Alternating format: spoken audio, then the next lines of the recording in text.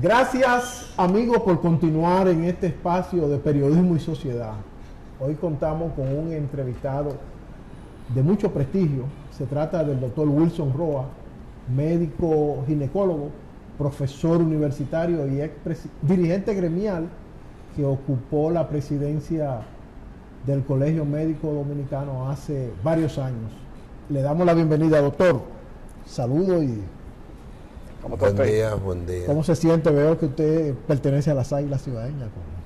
No exactamente, pero es un equipo que tiene una historia más prolífera de todos los equipos que juegan. Más que el Licey. Sí, claro, por un asunto de relación de tiempo. Pero usted como que se sintió como ofendido porque le dije que usted era de las Águilas Cibaeñas. No, yo no tengo equipo porque no tiene equipo. Me gusta el deporte, yo sigo la pelota, pero me di cuenta que los peloteros que son los directos beneficiarios no tienen equipo. No tienen equipo.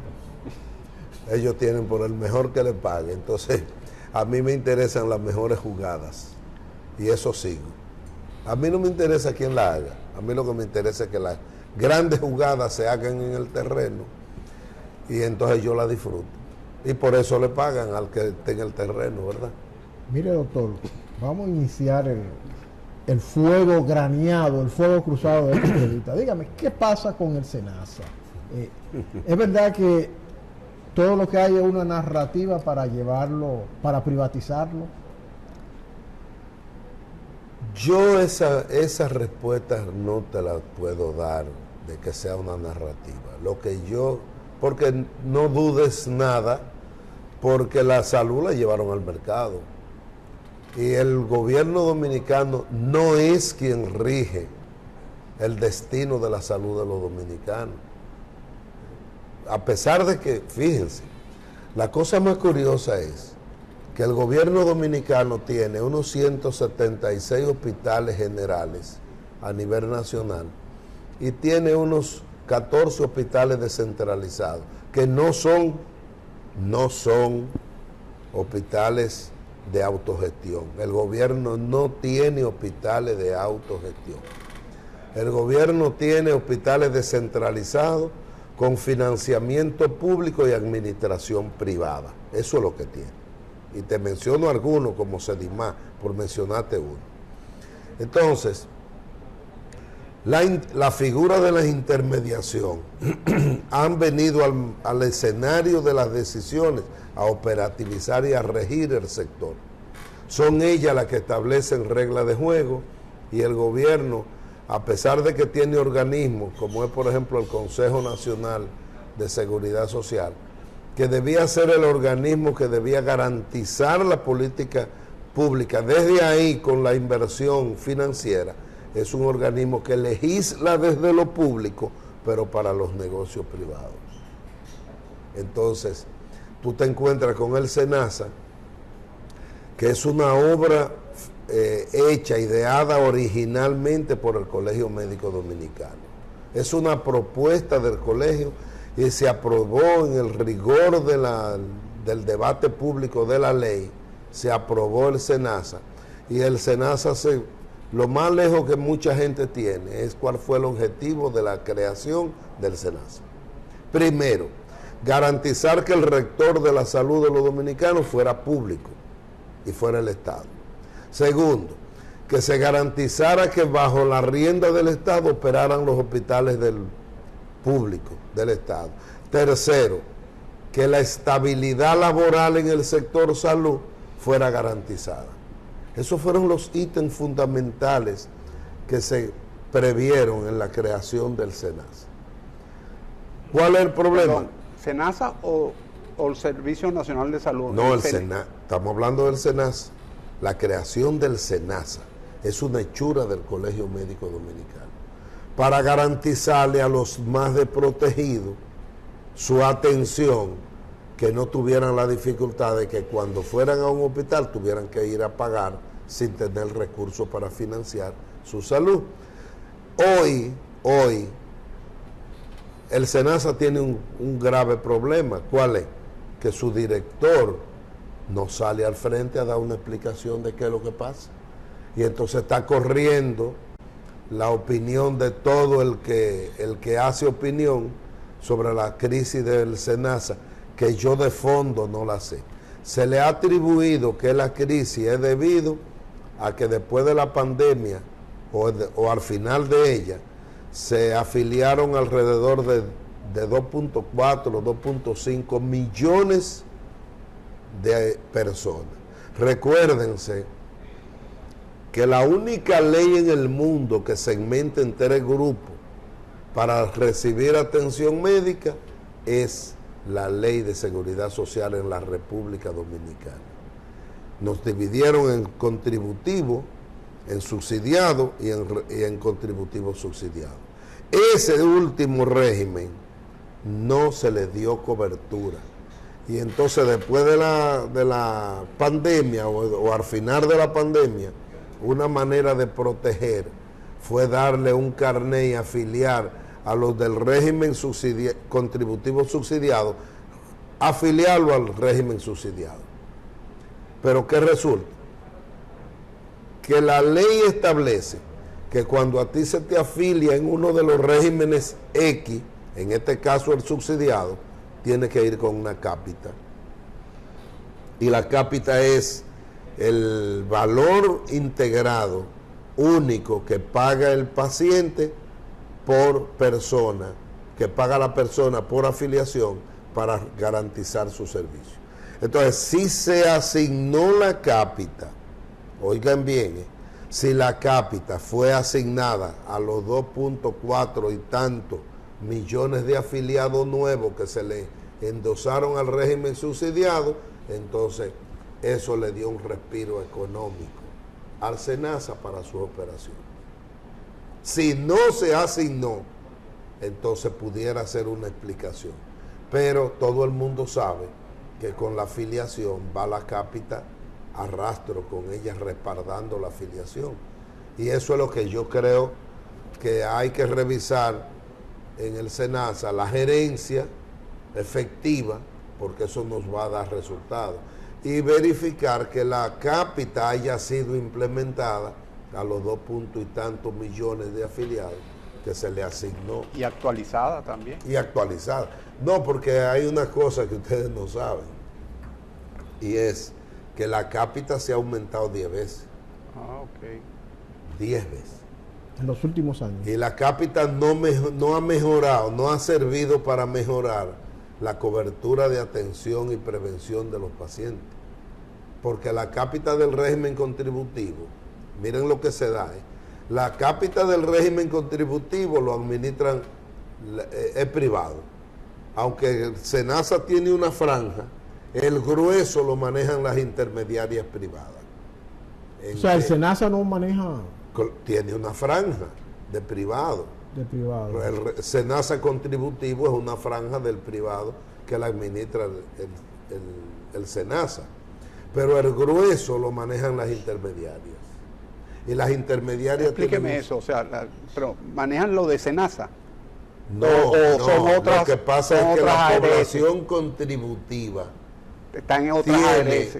Una franja la tiene el SENASA, que es la ARS pública del gobierno. Y otras son ARS y las otras son ARS privadas. Ok, perfecto. Y el fin de las ARS privadas es solo uno. Ganar dinero. El lucro. Que lo definan como quieran, pero el lucro. Y otra cosa que hay muchos doctores, muchos médicos y muchos servicios de laboratorio que no te aceptan SENASA contributivo. Pero más que el médico, son 2 o 3 médicos los que deciden no trabajar con intermediarios. Sí, algunos, dije yo algunos. Algunos, pero el grueso descansa la atención en los seguros. Y los seguros tienen el problema de que no pagan. Pasan 90 días para pagar. 90, de 60 a 90 días. Aún los seguros, porque están acusando... No, todos los seguros. Todos los seguros. Mira lo que pasa. El seguro SENASA, pagaba antes a los 17 días, antes de los 30 días, después de tu depositar. La ley establece que deben pagar a los 10 días, pero eso tiene un tinglado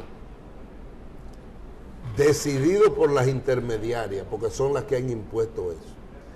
que tú ver paciente hoy y hoy tú no puedes mandar esa reclamación porque son 360 pesos que vale. Porque te dicen, no, son 500. ¿Tú sabes por qué es 500? Porque cuando yo fui presidente del Colegio Médico Dominicano, eran 300 pesos que se pagaban por consulta. Y a los 300 le quitan el 10% de la ley de retención. Y en abril el médico tiene que hacer la declaración jurada como todo el mundo. Y entonces le quitan el 16, 18. Porque la ley impositiva de los impuestos en el país es de 26 a 28. Si te quitan el 28, de los 500 son 140 pesos. Te quedan 360. Entonces, ¿qué tú haces? Tú lo acumulas y lo mandas los días 5. Pero del día 5 al día 5 que tú lo vas a llevar rutinariamente, ¿qué tiempo es? Son 30 días. 30 días. Y cuando tú se lo llevas, deben pagarte en un periodo de 10 días. Pues ya cogen de 45 a 60 días, que estamos hablando de 75 días A 90. a 90 días. Mientras tanto, ya tú le resolviste el problema al paciente y el paciente se fue. Y entonces el pago es que veremos. Y si lo glosan es que ellos decidan que un procedimiento no fue desde la oficina, no fue como en el terreno el cirujano lo hizo, entonces te lo glosan. Y eso hay que llevarlo a conciliación. Y por ejemplo, yo tengo 2 procedimientos, 2 cirugías, que la llevaron a conciliación desde marzo. Y no sale, la conciliación no sale. Y no hay con quién hablar porque no hay forma de hablar con los ejecutivos. Eso es con Senasa. No, con un seguro privado. Con privado. Porque es un negocio. Y entonces el SENASA, que es la tabla de salvación, y yo siempre he dicho, el SENASA debía ser tratada como una niña linda. ¿Saben por qué?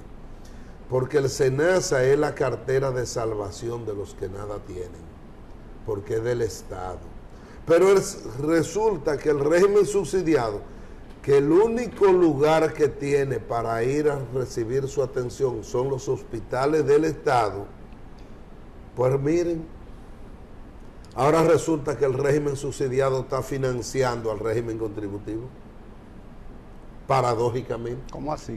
Ajá, yo les pregunto a usted, ¿cuál régimen tenemos hoy? El contributivo, que es el que puede pagar, y ese va a las clínicas, y ese va a los hospitales descentralizados. Ahora, el subsidiado, ese solo tiene derecho a ir a los hospitales públicos, ese no puede ir a los privados porque no tiene cómo financiar. Pero por la situación económica de la gente, usted se va a encontrar con una franja de la población contributiva yendo a los hospitales carenciales. Y el médico le da la consulta y pregúntele si le pagan algún honorario al médico que da la consulta. ¿Quién se queda con la diferencia? Los seguros privados. Y entonces eso es parte del financiamiento de lo público a lo privado. ¿Usted me entiende? Porque si yo tengo una ARS privada y yo voy al hospital, y usted me opera en un hospital, en maternidad, en el Roberrí, ¿cuánto le pagan al médico que hizo la cirugía? Ninguno. Nada. Y los honorarios se lo dan al hospital, tampoco se lo dan. Entonces eso no es financiamiento. Claro. Eso es financiamiento del subsidiado al contributivo.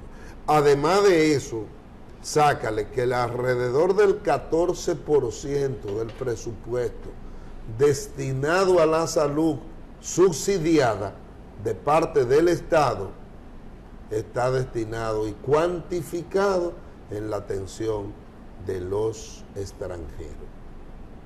Que ha rebajado, según las noticias, ha rebajado mucho, sobre todo en los hospitales de frontera. Sí, pero han de creer ustedes que el 14% y el presupuesto, ¿cuánto es? 137 mil millones de pesos. Para la población extranjera. No, para la población general, General, lo que la salud. El Estado asigna a la salud. Y de eso el 14%, que equivale a alrededor de 20 mil millones, destinado a la atención de los extranjeros. Pero eso como, bueno, yo diría que parece como exagerado, 20.000 millones. No, no es exagerado. No, porque nosotros hemos tenido etapas que, es bueno que tú sepas que a los extranjeros la consulta ha sido todo el tiempo gratuita. Los internamientos y los procedimientos, toda la vida el Estado es que lo ha cubierto. Toda la vida ha sido así. Ahora es que hay un protocolo que el señor presidente envía a los hospitales y al ministerio, de que hay unas condiciones que hay que ponérselas a quien va a recibir atención siendo extranjero. Pero yo te digo, la ley de migración está ahí, está vigente. Entonces, donde hay una ley, el protocolo no tiene espacio. Wilson, ¿es salvable el SENASA? Bueno, es que si el SENASA quiebra, es como que quiebra el Banco Central. ¿Quién tiene el respaldo del SENASA? ¿Quién lo da? Es el Estado, es la población que paga sus impuestos, para que la fuerza laboral paga sus impuestos, para que el gobierno le dé protección. Entonces el SENASA debe ser un ítem que debe desarrollar el gobierno con toda prioridad. Lo que pasa es que no ocurre porque hay demasiado infracciones en el medio. ¿De dónde se alimentan las ARS privadas?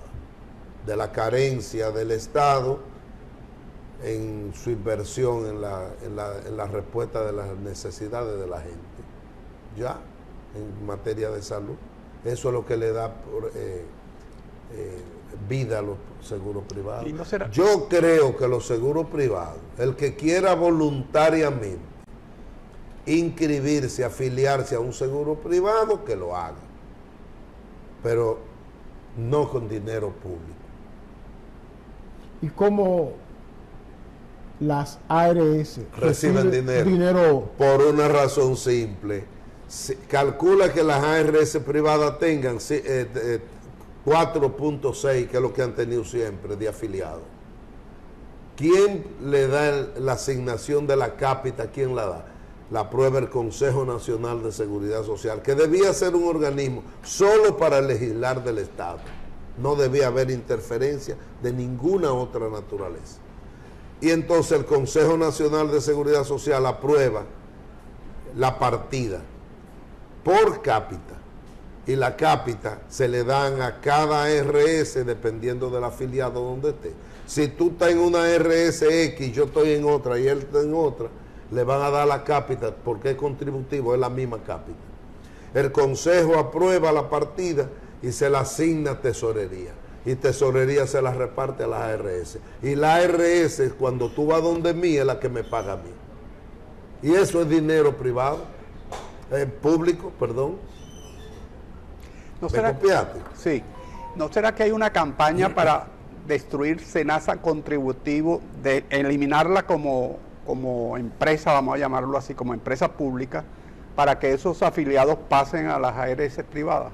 Bueno, el interés de las ARS privadas es que llevarse de encuentro a todo el mundo y poner la regla a ellos solos en el mercado. Lo que pasa es que los 176 hospitales del país son del Estado. El personal médico, paramédico y auxiliar es del Estado en los centros de salud pública. Ellos no tienen hospitales ni tienen clínicas, aunque sí, la tardanza del SENASA está quebrando clínicas. Porque la tardanza del SENASA. Claro. En el pago. Claro. Pero también la tardanza de la ARS. ¿De las intermediarias? Sí. No, porque las intermediarias lo que han hecho es quebrar clínicas todo el tiempo y llevar a los médicos a la miseria. No es nada nuevo. No es nada nuevo. Eso es lo que han hecho toda la vida y se benefician de grandes fojas de dinero. Y tú le dices, pero ven acá, ustedes pierden todos los años, ¿y por qué no se retiran? No se retiran. Y eso es lo que pasa. Aquí yo he planteado que con que el gobierno eficientice su responsabilidad dentro del capítulo de la salud, de la previsión social, de la población que paga sus impuestos. No necesitamos intermediarias. Y el que quiera afiliarse a una intermediaria privada, voluntariamente que lo haga, pero no con el dinero público. Eso lo he dicho aquí en otro programa. ¿Y no será que en ambas partes de esta ecuación son los mismos actores? Vale decir, los que están en el gobierno legislando en el Consejo Nacional de la Seguridad. Mire que lo que pasa, en el Consejo Nacional de Seguridad Social, ahí hay, me parece que 17 instituciones representadas.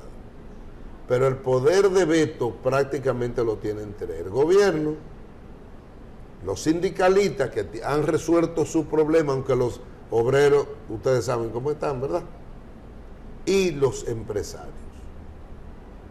Y entonces, ahí usted somete una propuesta X, cualquiera que sea, y hasta que tengan satisfacción los empresarios y los sindicalistas, no pasa. Usted dice, vamos a pintar de verde esta pared. El empresario dice, planteamos que se posponga. Ya ese no es un tema de discusión.